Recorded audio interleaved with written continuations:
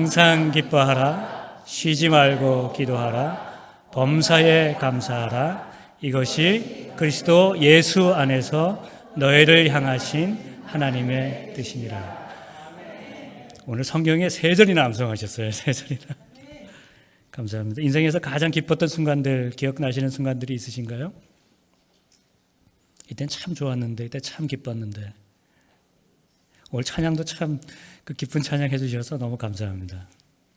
그런 순간들 있으신가요?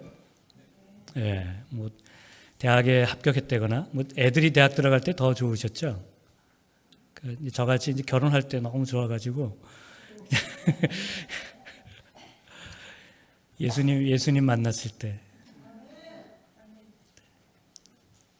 하나님 은혜가 뜻하지도 않게 갑자기 내 마음속에 쑥 들어왔을 때 그 순간들 너무 기쁘잖아요. 우리 인생에 기쁜 순간들만 있는 것은 아닌 것 같습니다. 슬플 때도 있고 힘들 때도 있고 좌절할 때도 있고 아플 때도 있고. 그러니까 인생은 기쁜 일하고 슬픈 일, 힘든 일이 이렇게 교차하는 거죠. 이렇게 좋은 일, 나쁜 일, 힘든 일. 그게 인생입니다. 이 세상에 산다고 다 좋은 일만 있는 것이 아니고 이 세상에 있다고 다 나쁜 일만 있을 수는 없어요. 하나님께서 우리 앞을 내다보지 못하게 하셔가지고 하나님 의지하게 살게 하신다 그러셨잖아요. 인생에는 희노애락이 있고, 그러니까 기쁜 일, 어려운 일, 슬픈 일, 즐거운 일, 길흉화복이 있다. 우리 어른들이 다 이거 하셨던 말씀입니다. 그러니까 좋은 일이 교차하고 나쁜 일도 교차하고 그런다는 거죠. 그 노스캐롤라이나의 어떤 그 교수님이 바버라 프레드릭슨이라고 하는 교수님이 행복 방정식을 발견하셨답니다. 행복 방정식. 이렇게 하면 행복할 수 있다. 행복 방정식. 혹시 아시나요? 그러니까 나쁜 일하고 좋은 일하고 비율이 그러니까 좋은 일하고 나쁜 일하고의 비율이 2.9대 1이면 행복할 수 있답니다. 그게 무슨 얘기냐면 나쁜 일 하나하고 좋은 일 2.9하고 맞먹는다는 거예요. 그러니까 나쁜 일은 하나만 있어도 막 괴로워 사실은. 근데 그걸 이기려면은 최소한 3개 정도의 좋은 일이 있어야 된답니다. 그러니까 아이들한테 이렇게 훈계할 때, 아이들 혼낼 때도, 그러니까 혼내는 거 한 가지 얘기하기 전에 좋은 거 3가지 얘기하라고 그러잖아요. 그러니까 잘하는 거, 좋은 거, 칭찬할 거 3가지 얘기하고, 그 다음에 이거는 이렇게 고치면 좋겠다 이렇게 얘기하면 이렇게 기분이 덜 상한대요. 기분이. 근데 그냥 거기 막 때려대면은 그거가 좋은 일이 그거를 나중에 극복하려면은 훨씬 많은 좋은 일을 해줘야 그게 이제 극복이 된다는 거죠. 그걸 행복 방정식이라고 합니다. 그러니까 어림잡아 얘기하면 3대 1. 그러니까 좋은 일 3개, 나쁜 일 하나. 생각해 보면 비슷한 것 같죠?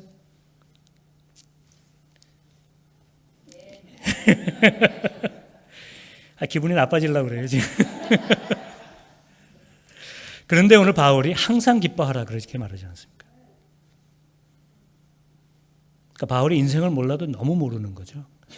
어떻게 항상 기뻐할 수 있어요? 최소한 3가지 좋은 일은 있어야 한 가지 나쁜 일을 이어서 그때 좋아할 수 있는데 항상 기뻐하라 그러니까 이건 좀 앞뒤가 안 맞는 말입니다. 나쁜 일보다 3배는 더 좋은 일이 있어야 기뻐할 수 있겠는데 바울은 항상 기뻐하라 그렇게 말하는 것입니다. 항상. 우리가 로봇도 아니고 기뻐하라 그러면 우리가 그냥 기뻐해지집니까? 저집니까? 그러니까 바울이 기뻐하라 그런다고 우리가 기뻐서요? 아니죠. 그건 아니죠. 사람이 그렇지 않아요. 그럼 바울이 도대체 무슨 생각으로 항상 기뻐하라 그렇게 말할까요? 도대체 무슨 생각으로? 그 이유가 오늘 본문 저희가 읽은 본문 마지막에 있습니다. 18절 말씀에 이것이 그리스도 예수 안에서 너희를 향하신 하나님의 뜻이니라 그랬습니다. 그러니까 그리스도 예수 안에서 항상 기뻐하라. 쉬지 말고 기도하라. 범사에 감사하라. 이 3가지가 그리스도 예수 안에서 여기에 딱 붙어 있어요. 희노애락, 길흉화복, 인생의 좋은 일, 나쁜 일의 눈물과 기쁨의 교차 속에서 기뻐하라. 그것이 아니고 3대 1 행복 방정식, 좋은 일 3개가 최소한은 있어야 나쁜 일 하나를 이길 수 있다. 그런 방정식 속에서 기뻐하라가 아니고 예수 그리스도 안에서 기뻐하라. 그때 항상 기뻐하라. 그렇게 말하는 것이죠. 그러니까 바울은 우리가 예수님 안에 있으면 항상 기뻐할 수 있다. 그렇게 정말 믿고 살았던 것 같습니다. 목사는 거짓말해도 성경은 거짓말하지 않는다 그랬죠? 아멘이 너무 커서 좀 죄송스러운데. 아니, 목사는 거짓말할 수 있어도 성경은 거짓말 안 한다고요. 예. 그래서 제가 세 가지 말씀드렸잖아요. 바울이 꼭 믿고 있었던 것. 하나님은 나를 사랑하신다. 예수 그리스도의 부활의 능력이 오늘도 역사하신다. 그리고 주님은 다시 오신다. 그것이 그리스도 안에서 사는 것입니다. 내가 하나님의 사랑을 확신하면, 예수 그리스도의 부활의 능력이 오늘도 내 삶에서 일하고 있다는 것을 믿으면, 지금 이 삶이 아무리 어둡고 세상이 저렇게 죽이고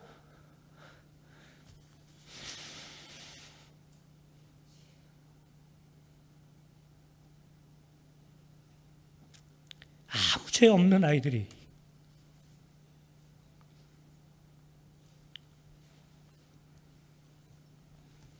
죽을 수밖에 없는, 이 멸망할 수밖에 없는 세상에도 예수 그리스도의 복음은 우리에게 소망을 주신다. 그것을 믿으면 예수 그리스도 안에서는 우리가 기쁨을 찾을 수 있다는 것입니다. 바울은 정말 예수님 믿었어요. 바울은 정말 예수 믿는 사람이었습니다.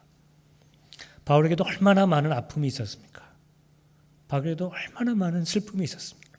얼마나 많은 고난이 있었어요. 바울이 참 훌륭한 목사잖아요. 여러분 생각해도 바울이 산돌교회 목회하시면 얼마나 부흥하겠어요. 그런 생각이 있으시죠? 그런데 여러분, 바울이 자기가 개척한 교회에서 쫓겨났습니다. 그래서 울면서 편지를 썼어요. 울면서. 그 눈물의 편지의 일부분이 고린도 전후서에 남아있는 겁니다. 그러니까 바울의 삶이 평탄치가 않았어요. 매도 수없이 맞았죠. 죽을 뻔도 수없이 하죠. 그 고린도후서에 읽어보면 바울이 당한 고난의 기록이 그냥 구구절절이 나오지 않습니까? 그런데 바울이 항상 기뻐하라 그렇게 말하잖아요. 왜 그랬을까요? 바울은 진짜 예수 믿었거든요. 바울은 진짜 믿음이 있었거든요. 박해와 슬픔과 고난과 아픔이 그 삶 속에 계속 들어왔는데 바울은 기쁨을 쏟아낸 겁니다. 이 안에 다른 게 있었기 때문에. 그게 뭐냐면 예수 그리스도가 있었기 때문이죠.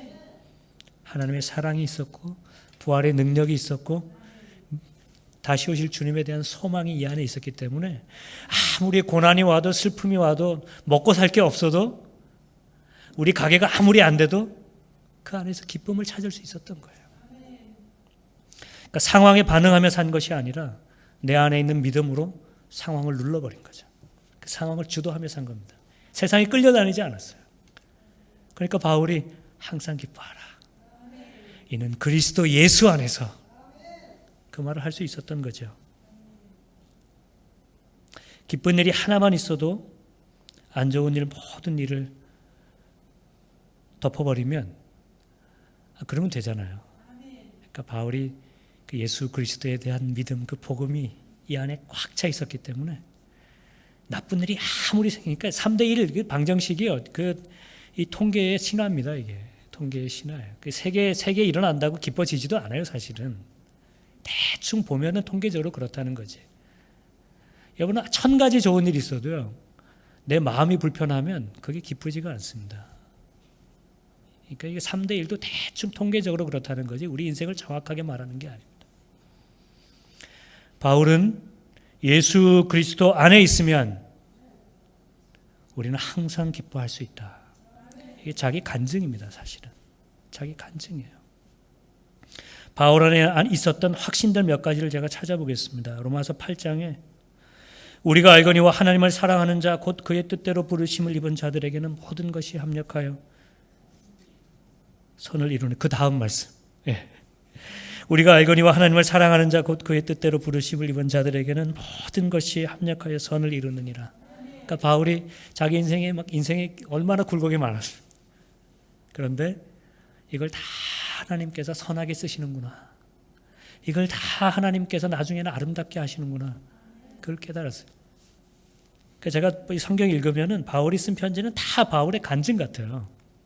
이 로마서도 우리 개혁 신앙의 기초가 된다고 하는 이 로마서도 제가 보기에는 신학 서적이 아니고 바울의 간증입니다. 이게 생각해 보니까요, 하나님께서 자기 인생의 한 역사들을 보니까 모든 일을 내가 저질러 오는 그 모든 일들도 다 하나님께서 합력하셔서 하나님 앞에서 다 선한 것으로 바꾸어 놓는 것을 바울이 봤거든요. 그러니까 그 믿음이 있으니까 오늘 내가 힘들어도 이 안에서 내가 기쁨을 찾는 겁니다. 그 믿음이 있는 거죠. 바울이 또 이렇게 고백했습니다.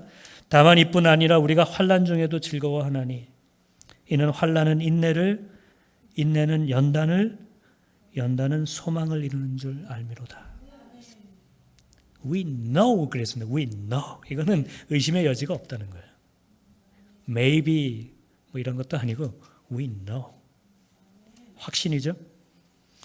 그래서 절망하기보다 저는 소망하겠습니다. 주님께서 이 땅에서 숨쉬게 하시는 그 순간까지, 마지막 순간까지 저는 소망의 끈을 놓지 않겠습니다. 그것이 바울의 고백 아닙니까? 그러니까 좌절하기보다는 다시 일어서겠습니다. 내 인생에 눌려있기보다는 기쁨을 택하겠습니다.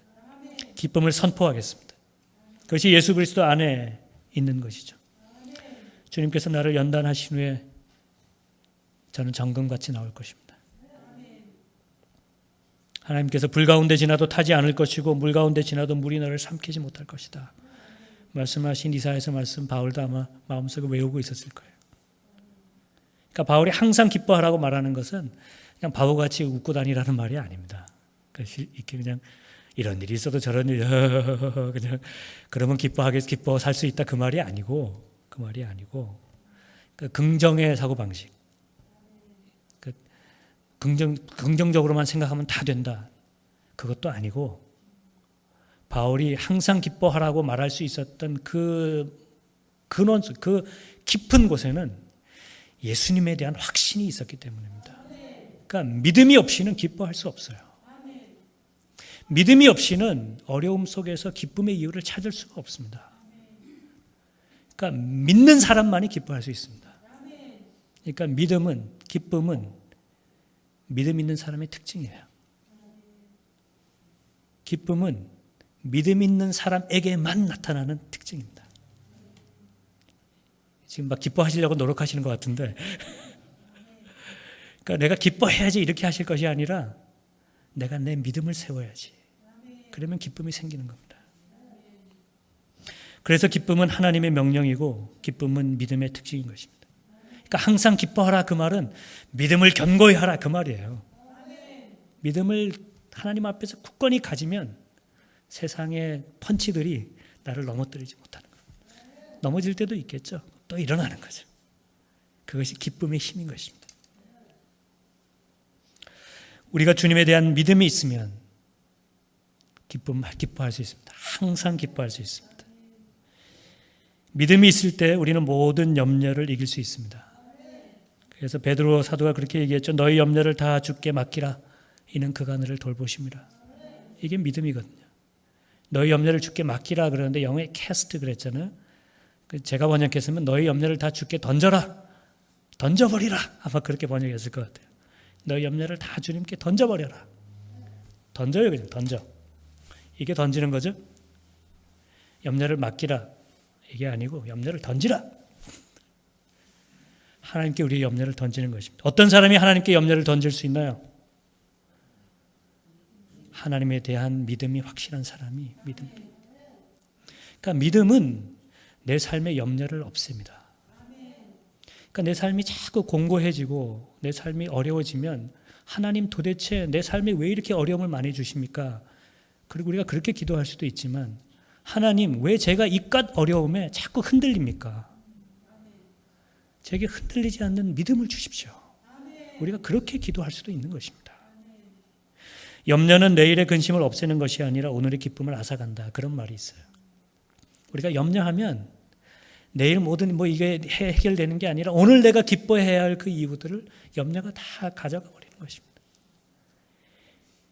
믿음을 택하십시오. 그때 우리 안에 기쁨이 솟아나기 시작할 겁니다. 예수님께서 그러셨죠. 너희 중에 누가 염려함으로 키를 한 자라도 더할 수 있겠느냐. 제가 키가 많이 크고 싶거든요. 아직도 크고 싶어요, 사실은. 제가 덩크슛 한번 해보는 게 꿈인데요. 이게 이제 안 될 것 같아요. 너희 중에 누가 염려함으로 너희 중에 키를 한 자라도 크게 할 수 있겠느냐. 그건 우리가 염려할 게 아니라는 거죠. 오늘 있다가 내일 아궁이에 던져지는 들풀도 하나님께서 입히시거든. 하물며 너희일까 보냐.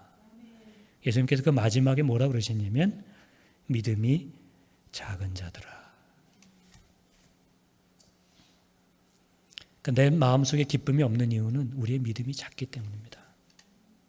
내가 항상 기뻐할 수 없는 이유는 나의 믿음이 흔들리기 때문입니다. 우리가 어떻게 그러면 이 염려를 다 던져버리고 내 마음속에 믿음을 세우고 항상 기뻐할 수 있는 삶을 살 수 있을까? 그래서 바울이 두 번째로 무슨 얘기했어요? 항상 기뻐하라. 쉬지 말고 기도하라. 기뻐하시려면 기도하셔야 됩니다. 믿음이 흔들리지 않으시려면 기도하셔야 돼요. 어떻게 기도하냐면 쉬지 말고 기도하셔야 돼요. 그럼 뭐 계속 이렇게 그 말이 아니고 내 삶이 하나님 앞에 있는 삶으로 살아야 한다는 것입니다. 그러니까 기도하는 삶을, 기도의 삶을 늘 하나님께 의지해 있는 삶을 살아야 한다는 것입니다. 그것이 기도하는 삶이죠. 여러분 마가복음 9장에 아주 충격적인 사건이 하나 기록되어 있습니다. 아직 그거 아니고요. 예수님께서 산에 올라가셨어요. 그래서 아주 영광스러운 모습으로 변화되십니다. 그리고 선지자 모세와 엘리야 둘을 만나시고 장차 십자가 달리실 일을 의논하시고 준비하시고 그래서 산에서 내려오시죠. 산에서 내려오시는데 시끌시끌벅적해요. 그래서 이게 무슨 일이냐 그랬더니 어떤 아버지가 귀신 들린 아들을 데리고 온 겁니다. 그래서 제자들에게 좀 고쳐주십시오. 그랬는데 제자들이 고치지를 못했어요. 그 예수님이 물으시죠. 언제부터 이렇게 되었느냐? 어릴 때부터입니다. 귀신이 제 아들을 불에도 던지고 물에도 던지고 때로는 거품 물고 쓰러지게도 합니다. 여러분 자기가 아픈 것보다 애새끼 아픈 게 더 아픈 거거든요. 어릴 때부터 애가 불에도 들어가고 물에도 들어가고 거품 물고 넘어지고 그 아버지 마음이 어땠겠습니까? 그러니까 지푸라기 하나라도 잡는 마음으로 제자들에게 왔어요. 좀 고쳐주세요. 근데 제자들이 고치지를 못했습니다. 예수님이 그것을 보시고 이 패역한 세대들아 그렇게 말씀하시고 예수님이 묻습니다. 어릴 때부터 이 귀신 들린 아들에게 내가 어떻게 해주면 좋겠느냐 그랬더니 아버지가 그러죠. 할 수 있거든 고쳐주십시오. 그때 예수님께서 그러시죠. 할 수 있거든이 무슨 말이냐. 믿는 자에게는 능히 하지 못할 일이 없느니라. 그래서 예수님께서 귀신을 쫓아내시죠. 말 못하고 못 듣는 귀신아 내가 내게 명령하노니 그 아이에게서 나오고 다시는 들어가지 말아라. 예수님께서 귀신을 쫓아내셨어요. 제자들이 아마 좀 창피했던 것 같습니다. 자기들은 못하고 예수님이 그냥 해내시니까. 그래서 성경에 보면 집에 가서 조용히 예수님한테 물었어요. 주님, 왜 우리는 귀신을 쫓아내지 못했습니까? 또 조용히 집에 가서 그때 예수님께서 어떻게 대답하셨냐면 기도 외에 다른 곳으로는 이런 종류가 나갈 수 없느니라. 기도하지 않기 때문이다. 왜 우리가 믿음의 기적을 경험하지 못하는가? 기도하지 않기 때문이다. 하나님 앞에 엎드리지 않기 때문이다. 하나님의 능력으로 살려고 하지 않기 때문이다. 우리 인생을 하나님께 맡기지 않기 때문이다. 내 뜻대로가 아니라 하나님 뜻대로 살게 해달라고 하나님 앞에 무릎 꿇지 않기 때문이다. 왜 이 아이가 미쳐서 불에도 들어가고 물에도 들어가고 거품을 물고 쓰러지는데 왜 예수 믿는다고 하는 너희가 고치지 못했느냐? 기도하지 않기 때문이다. 하나님 앞에 매달리지 않기 때문이라는 것입니다. 경건의 모양은 있는데 경건의 능력은 없다는 것입니다. 너무 충격적이죠.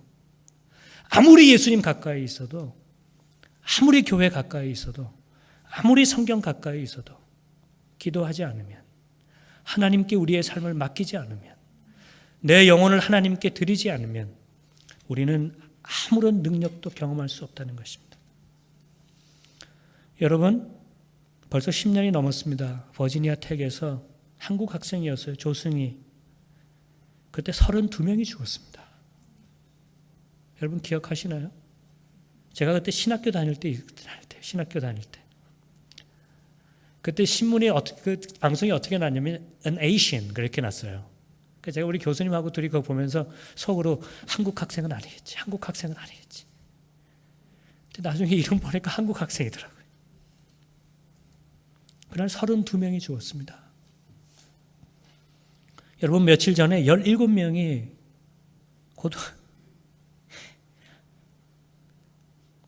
왜 이렇게 교회가 많은데, 왜 이렇게 예수 믿는 사람들이 많은데 왜 그 귀신을 우리가 쫓아내지 못하는 겁니까?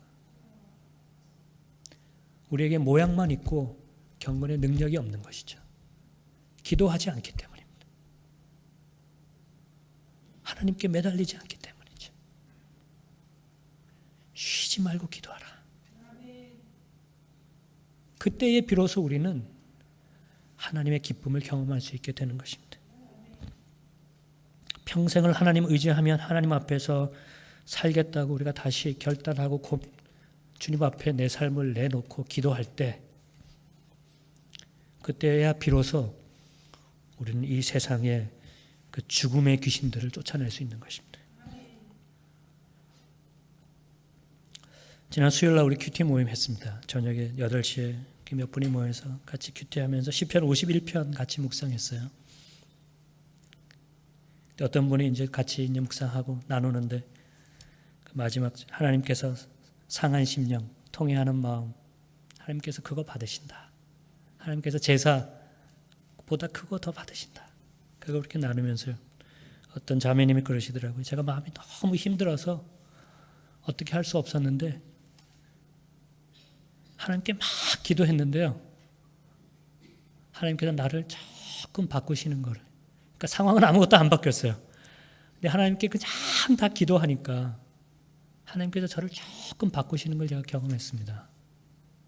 근데 참 이상하게도 제가 조금 바뀌니까 제 주변의 상황들도 조금씩 변하는 걸 제가 경험했습니다. 기도로 하나님을 경험하는 거죠. 그때야 비로소 우리는 믿음과 기쁨을 경험하게 되는 것입니다. 기도하지 않으면 하나님을 경험할 수 없습니다. 지난 한 주간, 이번 한 주간 기도 많이 하시기 바랍니다. 기도하는 마음으로 사시기 바랍니다. 늘 하나님 앞에 계시기 바랍니다. 그것을 위해서 기도를 훈련하는 겁니다. 그래서 금식도 하고 시간을 정해서 기도하고 새벽에도 기도하고 주일에도 기도하고 항상 기도하기 위해서 정해놓고 기도하는 것입니다. 여러분 사신절 기간 동안 특별히 기도 많이 하시기 바랍니다. 우리의 삶 전체가 하나님을 향한 기도가 될 수 있도록 최선을 다해 기도하시기 바랍니다. 저는 믿습니다. 우리가 기도하면 이 세상의 귀신들을 쫓아낼 수 있다. 더 이상 그 불쌍한 영혼들이 총에 맞아 죽지 않아도 된다. 예수 그리스도의 복음이 있으면, 우리가 정말 그 복음에 헌신하면, 내 인생을 정말 그 복음에 놓고 내가 기도하면 세상을 변화시킬 수 있다. 그것이 복음의 능력 아니겠습니까? 그것이 우리가 믿는 예수님 아니겠습니까? 아무 능력도 없이 그냥 말로만 예수님 그렇게 살다 하늘나라 가시겠습니까? 정말 우리가 기도할 때, 하나님 앞에 우리의 연약함을 놓고 하나님의 은혜를 구할 때 이 세상에 정말 소망이 있다는 것을 여러분 잊지 마시기 바랍니다. 그때 우리는 정말 항상 기뻐할 수 있게 되는 것이죠. 여러분 쉬지 말고 기도하시기 바랍니다. 항상 기뻐할 수 있는 유일한 방법, 기도하는 방법밖에 없는 것입니다. 여러분 이번 주에 또 이 사순절 기간 동안에 하나님 앞에서 기도 쉬지 말고 하시고 하나님께서 주시는 기쁨을 회복하시는 여러분들 되시기를 주님의 이름으로 축원드립니다. 기도하겠습니다.